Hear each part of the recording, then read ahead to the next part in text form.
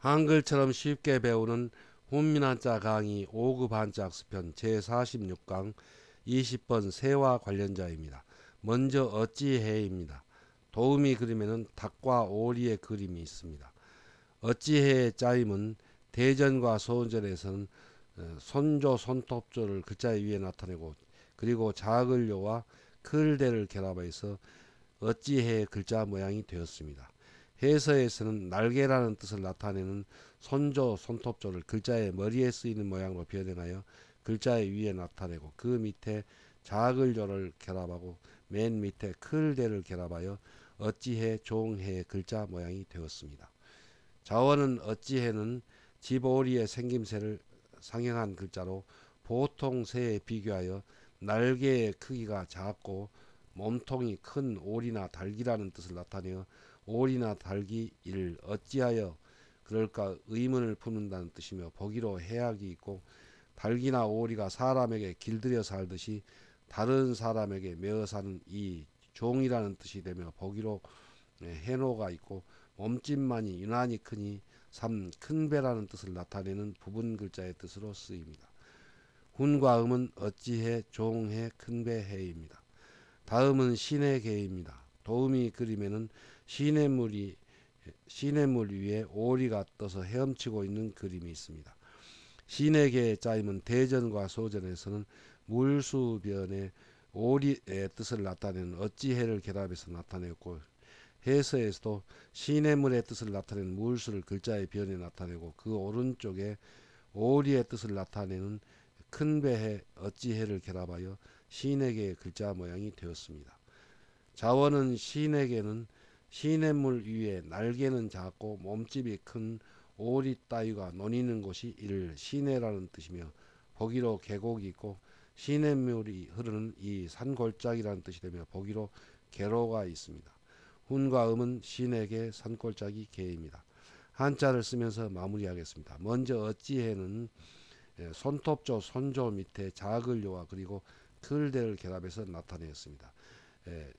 이 손톱조 손조는 사람의 손은 새의 날개이므로 날개라는 뜻이 됩니다. 그리고 자글료는 작다는 뜻입니다. 그래서 보통 새에 비하여 날개의 길이는 작고 클대 몸통만이 큰 닭이나 오리가 어째서 그리 생겼을까 하고 의문을 품는다는 뜻에서 어찌해가 되고 또 닭이나 오리처럼 주인에게 매어 사는 사람이 종이라는 뜻에서 종해가 되었습니다. 다음은 신에게입니다. 신에게는 삼수변에 어찌해를 결합해서 나타내었습니다. 그래서 여기서 삼수변은 시냇물이라는 뜻이고 또 어찌해는 그 글자의 자원에서 날개의 길이는 작고 몸통만이 큰 닭이나 오리라는 뜻인데 이 글자에서는 오리의 뜻입니다. 그래서 시냇물 위에 오리가 떠돌아서 헤엄치고 있는 것이 바로 있는 곳이 바로 시내라는 뜻에서 시내개가 되었습니다. 다음은 세조 큰 세조입니다. 도우미 그림에는 예쁜 새의 그림이 있습니다. 이 세조의 짜임은 소전에서는 이 새의 옆 모양을 상형한 글자이고 해서에서도 이 소전의 글자가 고든선문으로 그리고 그 모양을 변형하여 세조의 글자 모양이 되었습니다. 자원은 세조는 새의 옆 모양을 상형한 글자로 새의 부리와 머리와 목털과 몸과 발과 그리고 꼬리를 나타내어 이를 새라는 뜻이며 보기로 조류가 있고 새추에 대하여 이 큰 새, 꽁지 긴 새라는 뜻을 나타내는 부분 글자의 뜻으로 쓰입니다. 훈과 음은 세조, 큰 세조, 꽁지 긴 세조입니다. 다음은 새울명입니다. 도우미 그리면 꾀꼬리가 꾀꼴하고 우는 그림이 있습니다. 새울명의 짜임은 대전과 소전에서는 이입구변에 세조를 결합해서 나타내었고 해서에서도 이입구를 글자의 변에 나타내고 그 오른쪽에 세조를 결합하여 새울명의 글자 모양이 되었습니다.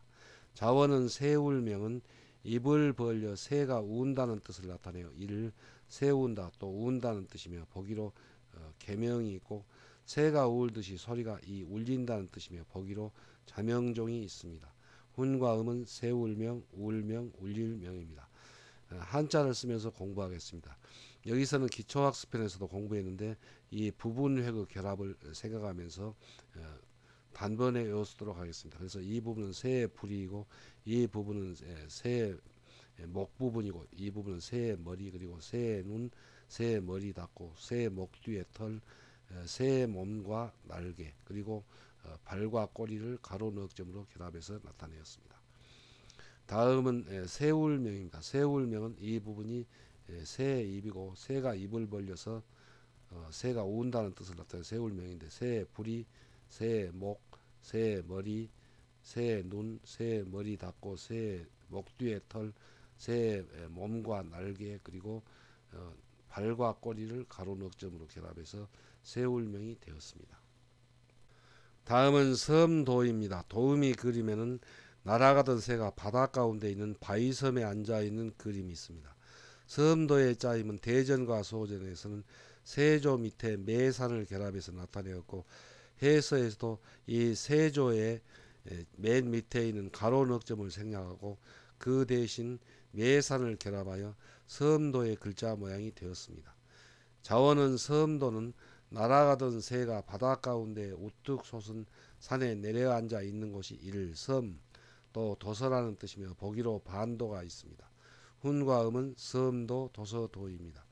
다음은 백길사입니다. 도우미 그림에는 까치가 제 집에 날아와 앉아있는 그림이 있습니다. 백길사의 짜임은 소전에서는 진면 안에 까치석을 결합해서 나타내었고 해서에서도 진면을 글자의 머리에 쓰이는 모양으로 변형하여 글자의 위에 나타내고 그 밑에 까치석을 결합하여 백길사의 글자 모양이 되었습니다. 먼저 까치석은 까치는 마른 나뭇가지를 물어 날라서 높은 나무 위에 절구처럼 움푹하게 집을 짓는 새라는 뜻을 나타내어 이를 까치라는 뜻을 나타내는 부분 글자입니다.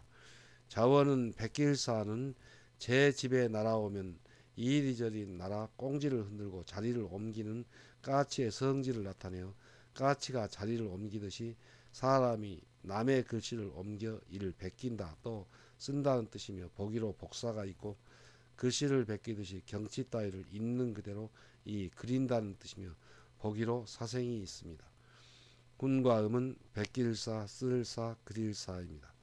한자를 쓰면서 마무리하겠습니다. 먼저 섬도는 세조의 매산을 결합해서 나타내었습니다. 그래서 바다 위를 날아가던 새가 그 바다 가운데 산처럼 솟아있는 섬에 내려앉아 있는 모습을 나타내어서 섬도입니다. 그래서 세조에서 가로 넉점을 생략하고 그 대신 매산을 이 안에 결합하여 섬도의 글자가 되었습니다.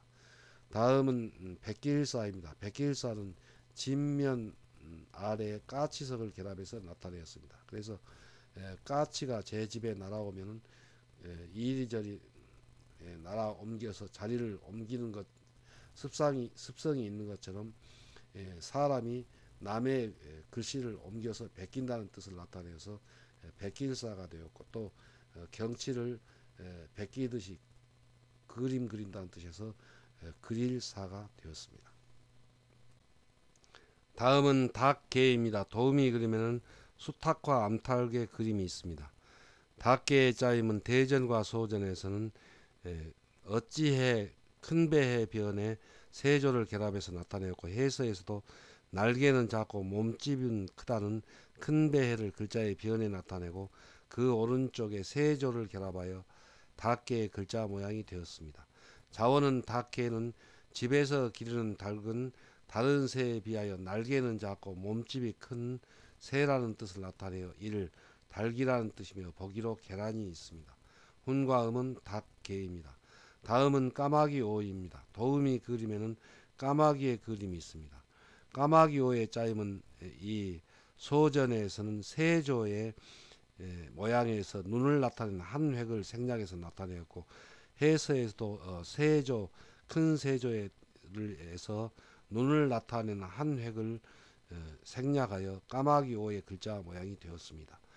자원은 까마귀오는 까마귀는 몸의 빛깔이 검기 때문에 멀리서 보면 눈동자도 검어서 눈이 잘 보이지 않으므로 세조에서 눈을 나타내는 한 획을 줄여서 일 까마귀라는 뜻이며 보기로 오작이 있고 빛깔이 까마귀처럼 이 검다는 뜻이 되며 보기로 오죽이 있습니다. 훈과음은 까마귀오, 거물오입니다. 한자를 쓰면서 마무리하겠습니다. 먼저 닭해는 닭의 특징을 나타낸 글자로, 이 어찌해는 날개는 작고 몸집이 크다는 뜻입니다. 그래서 손톱조는 날개고 작을요, 작고 클대 몸집이 큰 그런 모양의 새가 닭이 어찌해서 그리 생겼을까 해서 그 옆에 세조를 결합하여 닭개의 글자가 되었습니다. 그래서 이 글자는 여러분들이 파자 기억법으로 기억하면 이렇게 됩니다. 그래서 어찌에는 조요대조, 조요대조 이렇게 해도 되고, 또 세조는 아까 공부한 대로 이렇게 불이 새 목, 새 머리, 새 눈, 머리 닫고 목 뒤에 털, 새 몸, 그리고 발과 꼬리 이렇게 기억하면 이 어려운 글자를 단번에 기억할 수 있을 것입니다. 다음은 까마귀오입니다. 까마귀오는 세조에서 한 획이 부족합니다. 그 까닭은 까마귀는 몸이 검어서 멀리서 보면 눈동자도 검어서 눈이 보이지 않기 때문에 세조에서 한 획을 생략하였습니다. 그리고 그 까마귀의 목 뒤에 털, 그리고 몸과 날개, 그리고 발과 꼬리, 그래서 까마귀오의 글자가 되었습니다. 다음은 탄식할 오입니다. 도우미 그림에는 까마귀가 까옥하고 우는 그림이 있습니다. 예로부터 사람들은 까마귀가 우는 소리를 불길한 소리라고 여겼습니다.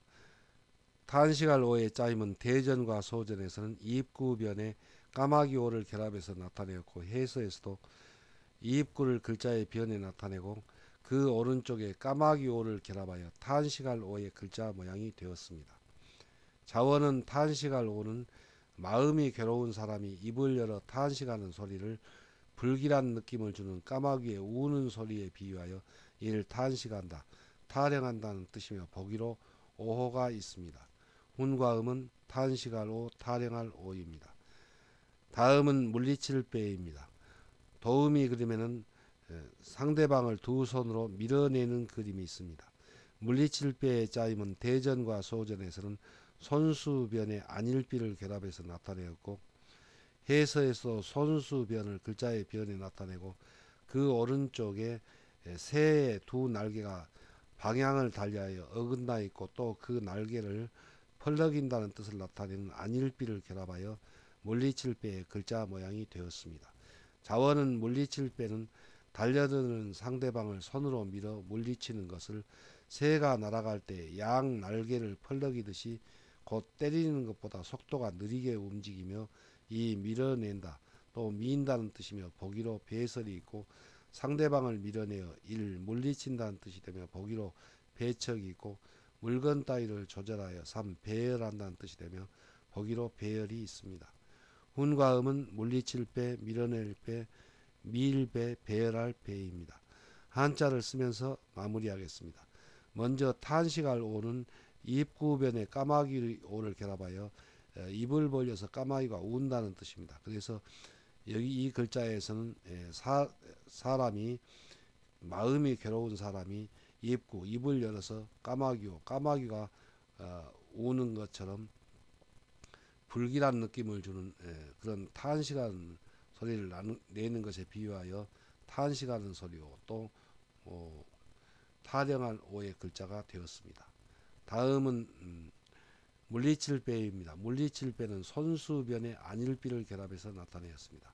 그래서 안일비는 그 자원에서 새의 두 날개가 방향을 달리하여 어긋나 있다는 뜻에서 안일비이고, 또 이 글자에서는 새가 그 두 날개를 펄럭인다는 것을 나타냈습니다. 그래서 사람이 손으로 다른 사람이나 물건을 밀어낼 때 그 새의 두 날개가 펄럭이는 것처럼 곧 때리는 것보다 속도를 느리게 하여서 미인다는 뜻을 나타내서 밀어날 배이고, 또 상대방을 밀어내어 물리친다는 뜻에서 물리칠 배가 되었습니다.